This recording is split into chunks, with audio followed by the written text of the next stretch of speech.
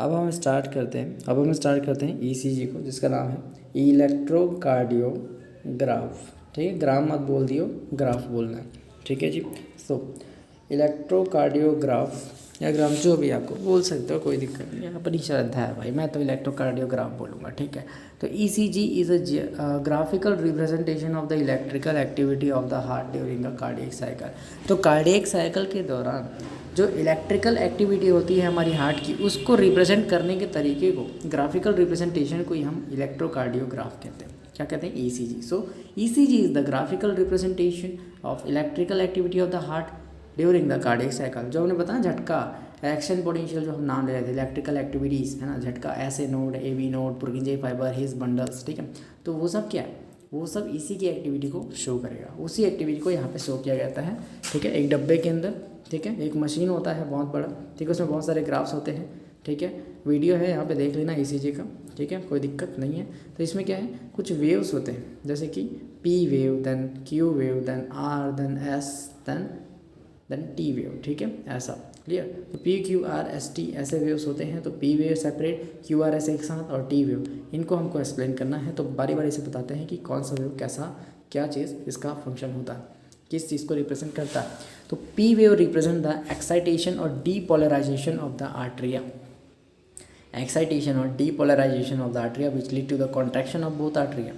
ठीक है, तो पी वेव क्या करता है? एक्साइटेशन करता है ना। पी वेव क्या रिप्रेजेंट कर रहा है? एक्साइटेशन या डीपोलराइजेशन ऑफ द आर्टरिया। डीपोलराइजेशन मतलब कि एक्साइटेशन जिसकी वजह से उसमें एक्शन पोटेंशियल जनरेट हुआ, जिसकी वजह से कॉन्ट्रैक्शन हुआ दोनों आर्टरिया का, कॉन्ट्रैक्शन ऑफ बोथ आर्टरिया। कुछ समझना है तो बस इतना याद रखना, P wave represent the depolarization of atria, that is contraction of both the atria. Clear. Second point क्या है? क्यू आर एस वेव, एक साथ क्यू आर एस वेव जो है वो क्या रिप्रेजेंट कर रही है? Q R S wave represent the depolarization of ventricles, depolarization of ventricles which initiates ventricle contraction. Depolarization का मतलब होता है कॉन्ट्रैक्शन। ठीक है, तो Q R S wave represent depolarization of ventricle, that is ventricle का कॉन्ट्रैक्शन। क्या? वेंट्रिकल का contraction. And the last one T wave क्या रिप्रेजेंट करता है? T wave represent the repolarization of ventricles, यानी कि वेंट्रिकल्स का repolarization, that is return of ventricles from excited to normal state. जो एक्साइटेड स्टेट में गए थे उससे रिटर्न आ रहा है, तो वो टी वेव रिप्रेजेंट करता है, यानी कि end of systole. End of T wave marks the end of systole, यानी कि सिस्टोल खत्म हो गया, ये टी वेव बताएगा। ठीक है, end of T wave marks the end of systole. Clear. अब कौन कौन सी चीज़ें नीट में आ सकती हैं वो देखते हैं। The note, reduction in the T wave represent disease, जिसका नाम है कोरोनरी इस्कीमिया। अगर टी वेव में कुछ रिडक्शन हुआ, मान लो ये ऐसा है और ये अगर दूसरे वेव में ऐसा छोटा सा बन गया, तो ये है किसका डिसीज का इंडिकेशन? Coronary ischemia. बंदे को कोरोनरी इस्कीमिया नाम की डिसीज हो सकती है। ठीक है, तो reduction in the T wave represent the disease, जिसका नाम है कोरोनरी इस्कीमिया। ये नीट का क्वेश्चन है। Second point, artery and the pulmonary artery have the blood pressure more than veins and pulmonary vein because narrow lumen of artery. देखो, artery जो होता है उसका जो ल्यूमेन होता है बहुत ही पतला होता है, और हम जानते हैं है ना, बर्नौलिस नहीं बोलते हैं, छोड़ो उसको, बर्नौलिस को यार, ठीक है, फालतू फिजिक्स को नहीं लाते। तो पतली पाइप में प्रेशर बहुत ज़्यादा होता है। क्लियर, पतली पाइप में प्रेशर बहुत ज़्यादा होता है, तो इसलिए पल्मोनरी और नॉर्मल आर्टरी में है ना ब्लड प्रेशर जो होता है ज़्यादा होता है वेन और पल्मोनरी वेन के कंपैरिजन में, due to narrow lumen of artery. ठीक है, ठीक है, खाली स्पेस को हम ल्यूमेन कहते हैं। Third point, hepatic portal when. Hepatic portal when, देखो ये दोनों तो नीट का क्वेश्चन है, ये थोड़ा इंपॉर्टेंट है, उसको देख लेते हैं। ठीक है, तो hepatic portal vein carries blood from intestine to liver before it is delivered to systematic circulation. ठीक है, यानी कि हिपैटिक पोर्टल वेन का मतलब होता है जो वेन किडनी से आ रही है। हिपैटिक मतलब लीवर है, लीवर में जो वेन आ रही है ना, लीवर से हिपैटिक मतलब लीवर से जो वेन आ रही है। हिपैटिक पोर्टल वेन जो है कैरी करता है ब्लड को फ्रॉम इंटेस्टाइन से लिया है ना, टू द लीवर में लेके जाता है, यानी कि इंटेस्टाइन से लीवर में लेके जाने वाला जो वेन है ना ब्लड को, वो पोर्टल वेन है, hepatic portal vein. Clear. And before the deliver to systematic circulation, then ये हार्ट को सर्कुलेट करता है। ठीक है, तो स्टेटमेंट पूछ सकता है नीट में। ठीक है, असर्शन रीजन में आता है, hepatic portal vein carries blood from the intestine to the liver before it is deliver to the systematic circulation, statement ही पूछ सकता है। क्लियर। चौथा point, our heart is a myogenic, that is auto regulated, ये अपने आप काम करता है ना। And medulla oblongata can moderate the cardiac functions through autonomic nervous system. Medulla oblongata ANS autonomic nervous system के थ्रू इसको मॉडरेट कर सकता है, मेंटेन कर सकता है, रेगुलेट कर सकता है, ठीक है। वैसे तो ऑटो रेगुलेटेड है, अपने आप काम करता है, मायोजेनिक होता है हमारा हार्ट, ठीक है। न्यूरोजेनिक मतलब क्या होता है? न्यूरोजेनिक मतलब कि अपने हार्ट के रेट को कंट्रोल कर सकते हैं, वो कुछ एनिमल्स में होता है जब वो डाइपॉस या फिर हाइबरनेशन में जाते हैं, क्लियर। सेकेंड पॉइंट मतलब फिफ्थ पॉइंट जो है, sympathetic nerves can increase the heart rate thereby parts of ANS है, ठीक है, कार्डियक आउटपुट इंक्रीजेस, ठीक है। तो सिंपैथेटिक नर्व्स हमारे हार्ट रेट को इंक्रीज़ करती है, हार्ट बीट रेट को इंक्रीज़ करती है, जिसके कारण कार्डियक आउटपुट इंक्रीज़ होता है। सिंपैथेटिक नर्व्स, पैरासिम्पैथेटिक नर्व्स क्या होती है ये हम आगे डिस्कस करेंगे, टेंशन नहीं लेना है, ठीक है। Parasympathetic nerves can decrease the heart rate thereby decreases the cardiac output. इतना याद रखना, दोनों पार्ट्स हैं ऑटोनॉमिक नर्वस सिस्टम के, ठीक है। और सिंपैथेटिक वाला जो है वो सपोर्ट करेगा तो इंक्रीज़ करेगा हार्ट रेट को। पैरासिम्पैथेटिक नर्व जो है पीछे ढकेलेगा, P फॉर पीछे, P फॉर पैरासिम्पैथेटिक, तो ये कार्डियक आउटपुट को नीचे लाएगा, पीछे लाएगा, ठीक है, कम करेगा, ठीक है। हार्ट रेट को कम करेगा, कार्डियक आउटपुट को कम करेगा। सिंपैथेटिक वाला सपोर्ट करेगा तो आगे बढ़, तो हार्ट रेट को आगे बढ़ाएगा, है ना, इंक्रीज़ करेगा, कार्डियक आउटपुट भी बढ़ जाएगा, क्लियर। अब कुछ डिसऑर्डर्स देख लेते हैं, है ना, जो कि इंपॉर्टेंट है नीट के पर्सपेक्टिव से, जो कि NCERT का है, ठीक है। तो पहला डिसऑर्डर है डिसऑर्डर्स ऑफ सर्कुलेटरी सिस्टम में हाई ब्लड प्रेशर, जिसे हम हाइपरटेंशन भी कहते हैं, ठीक है। सो पहला point, it leads to the heart disease, also affect the vital organs like brain and kidney. हमारे विटल ऑर्गन है ब्रेन, किडनी एंड हार्ट, ठीक है। इन तीनों का ही डेड होता है, पोस्टमार्टम में इन्हीं का रिपोर्ट आता है, ठीक है। तो कौन सी चीज़ डेड हुई है करके, तो जो हाई ब्लड प्रेशर है, हाइपरटेंशन है, उसकी वजह से हार्ट डिजीज आ सकती है, और विटल ऑर्गन्स लाइक ब्रेन और किडनी फेलियर्स भी हो सकते हैं, ठीक है। तो नॉर्मल मेजरमेंट में 120/80 आता है जब बीपी मशीन से आप नापोगे, ठीक है। 120 ऊपर वाला सिस्टोलिक होता है, नीचे वाला डायस्टोलिक होता है, ये कॉन्ट्रैक्शन को मेजर करता है, ये रिलैक्सेशन को मेजर करता है। तो अगर ये 140/90 आ गया तो ये अबव दिस, इसके ऊपर जो होता है वो हाइपरटेंशन को शो करता है, ठीक है। अगर 140 या 90 है ना, या इससे अबव है तो वो हाइपरटेंशन को शो कर रहा है। सेकेंड जो डिसीज़ है उसका नाम है कोरोनरी आर्टरी डिसीज, CAD या एथेरोस्क्लेरोसिस, जो बहुत ज़्यादा कॉमन है आज की डेट में लोगों में, ठीक है।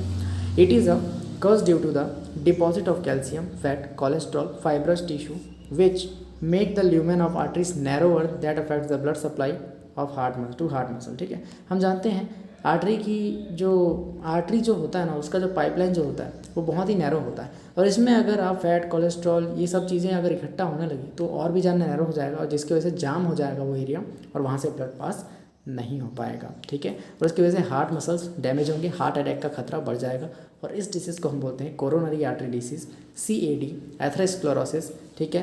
क्योंकि आर्टरी डिसीज़ क्यों बोला है? क्योंकि आर्टरी में जम गया है क्या, फैट, कोलेस्ट्रॉल, फाइब्रस टिश्यू, जिसकी वजह से आर्टरी नैरो हो गई है, जिसके कारण ब्लड सप्लाई अच्छे से नहीं हो पा रही है हार्ट मसल्स को, क्लियर। थर्ड जो डिसीज़ है उसका नाम है एंजीना या एंजीना पेक्टोरिसी, जिसे चाकू चुभने वाला पेन भी कहते हैं, ठीक है। It's symptom is acute chest pain, चाकू चुभने वाला पेन। पेशेंट बोलेगा हमको चाकू चुभने वाला पेन हो रहा है, तो बोलना कि ये एंजीना है या एंजीना पेक्टोरिसी डिसीज उनको है, ठीक है। तो symptom is acute chest pain, चाकू चुभने जैसा पेन होगा, ठीक है। when no enough oxygen reaching to the heart muscle and commonly occurs at the age of 35 to 40, 35 से 40 के बीच में ये आता है मेनली एज वालों में, ठीक है। और ये सिम्टम्स क्या है, चाकू चुभने जैसा पेन होगा, है ना, बहुत ज़्यादा। रीज़न क्या होगा कि प्रॉपर ऑक्सीजन नहीं मिल पा रहा होगा हार्ट सेल्स को, जिसकी वजह से हार्ट मसल के सेल्स को, ठीक है, जिसके कारण उनमें दर्द हो रहा है, क्लियर जी, ठीक है। अब लास्ट डिसीज़ है हार्ट फेलियर, हाँ, सेकेंड लास्ट है, और बहुत सारे डिसीज़ हैं। तो हार्ट फेलियर क्या होता है? Its main symptom is congestion of lungs. अब कंजेशन ऑफ लंग क्या होता है? Alveoli filled with the blood due to infection and not work properly. अब एल्वियोलाई जो है वो ब्लड से भर गया है, तो एल्वियोलाई ब्लड से भर गया है तो O2 और CO2 का डिफ्यूज़न नहीं होगा, है ना। O2 और CO2 का डिफ्यूज़न रुक जाएगा, तो उसकी वजह से ब्लड में O2 नहीं आ पाएगा, CO2 बाहर नहीं जा पाएगा, क्लियर। तो सब कुछ तो फेल हो गया यहीं पे। तो heart failure is the state when the heart is not pumping the blood effectively. Reason यही है कि कंजेशन ऑफ लंग्स जो हो गया है, एल्वियोलाई ब्लड से फिल हो गया है, तो O2 और CO2 का डिफ्यूज़न नहीं होगा, तो कोई मतलब ही नहीं है हार्ट सर्कुलेशन का, क्योंकि प्योर ब्लड इम्प्योर ब्लड में कोई फ़र्क नहीं रहेगा, है ना। सब जगह सिर्फ इम्प्योर ब्लड रह जाएगा, CO2 की मात्रा बढ़ती जाएगी ब्लड में, तो कोई मतलब नहीं है, और ज़्यादा सीवियर केस बन सकता है, ठीक है। तो heart failure is the state when the heart is not pumping the blood effectively enough to meet the needs of the body, ठीक है। यानी कि बॉडी की नीड्स को पूरा ना कर पाए। हार्ट फेलियर मतलब हार्ट अपना काम नहीं कर रहा है, इसी को हम हार्ट फेलियर कहेंगे। क्लियर जी। अब जो हार्ट अटैक है वो क्या है, heart muscle is suddenly damage by the इनएडिक्वेट blood supply. जैसे कि कोई जिम करता है, मान लो 1 महीने से जिम नहीं कर रहा, अचानक से आज गया और 1 घंटे जिम कर दिया, ठीक है, उसके हार्ट मसल्स को अचानक से बहुत ज़्यादा ऑक्सीजन सप्लाई मिल रही है, क्योंकि थका हुआ है, बहुत ज़्यादा ऑक्सीजन बढ़ गया उसका मात्रा तुरंत, ठीक है, उसकी वजह से उसके हार्ट के मसल्स सडनली ऑक्सीजन बहुत ज़्यादा मिलने की वजह से डैमेज हो सकते हैं, और उसी वजह से सीने में दर्द होगा और हार्ट अटैक की संभावना बढ़ जाएगी। हम इसी को हार्ट अटैक कहते हैं कि हार्ट मसल्स सडनली, है ना, इनएडिक्वेट, अपर्याप्त ब्लड सप्लाई की वजह से, अपर्याप्त ब्लड सप्लाई की वजह से या फिर अचानक ज़्यादा ब्लड सप्लाई की वजह से भी हार्ट अटैक आ सकता है। क्लियर जी, ठीक है, इसलिए जिम वालों को ज़्यादातर हार्ट अटैक आ रहे हैं। Clear. Heart muscle is suddenly damage by the इनएडिक्वेट, अपर्याप्त ब्लड सप्लाई, ठीक है, कम ब्लड सप्लाई की वजह से भी हार्ट अटैक आता है। Now last one is cardiac arrest, heart stop beating, heart beat करना ही स्टॉप कर दे, यानी कि 70 से 72 टाइम बीट करता है ना 1 मिनट में, तो बीट करना ही बंद कर दे, उसी को हम कार्डियक अरेस्ट कहते हैं। इसी के केस में CPR दिया जाता है। क्लियर। तो क्वेश्चन देखेंगे तो QRS complex is standard ECG represent, QRS complex क्या रिप्रेजेंट करता है, डीपोलराइजेशन ऑफ वेंट्रिकल्स। क्लियर, ठीक है। अब नेक्स्ट है ब्लड प्रेशर से रिलेटेड क्वेश्चन। तो blood pressure is the in the mammalian aorta is maximum during, कब मैक्सिमम होता है blood pressure, systole of left ventricle, याद कर लो, बहुत इंपॉर्टेंट है, ठीक है, तो याद कर लो, ऑर्टा से लेफ्ट वेंट्रिकल है ना। क्लियर, ठीक है, ध्यान से सुनो इस चीज़ को, बहुत इंपॉर्टेंट और ट्रिकी क्वेश्चन है, नीट में बार बार आ सकता है, ठीक है। तो blood pressure is in mammalian aorta is maximum during, देखो ऑर्टा कहाँ पे होता है, देखो ये ऑर्टा है, ये लेफ्ट वेंट्रिकल और ये left and atria, left ventricle, left ventricle में अगर कॉन्ट्रैक्शन होगा तो ये प्रेशर बढ़ेगा किसमें, ऑर्टा में। तो बोला क्या है, blood pressure in the mammalian aorta is maximum during systole contraction of left ventricle, ठीक है। यहीं पे अगर मैं बोलूँ कि यहाँ पे, है ना, पल्मोनरी आर्टरी में, है ना, मैक्सिमम प्रेशर कब आएगा, जब राइट वेंट्रिकल में कॉन्ट्रैक्शन होगा, क्योंकि ये पल्मोनरी आर्टरी को सप्लाई कर रहा है और यहाँ पे लेफ्ट वेंट्रिकल क्या सप्लाई करता है, ऑर्टा को सप्लाई करता है। तो क्लियर है, ठीक है। तो सिस्टोल ऑफ लेफ्ट वेंट्रिकल की वजह से ऑर्टा में मैक्सिमम ब्लड सप्लाई हो रहा है, ब्लड प्रेशर बहुत ज़्यादा बढ़ गया, ठीक है। और यहीं पे अगर पल्मोनरी आर्टरी में मैक्सिमम प्रेशर, ब्लड प्रेशर कब होगा बोलता, तो सिस्टोल जब होगा राइट वेंट्रिकल में तब होता, ठीक है। तो पल्मोनरी आर्टरी अगर यहाँ पे ऑर्टा की जगह आता तो systole of right ventricle answer होता। क्लियर, इसी के साथ चैप्टर ओवर होता है। आई होप यू लाइक, ठीक है।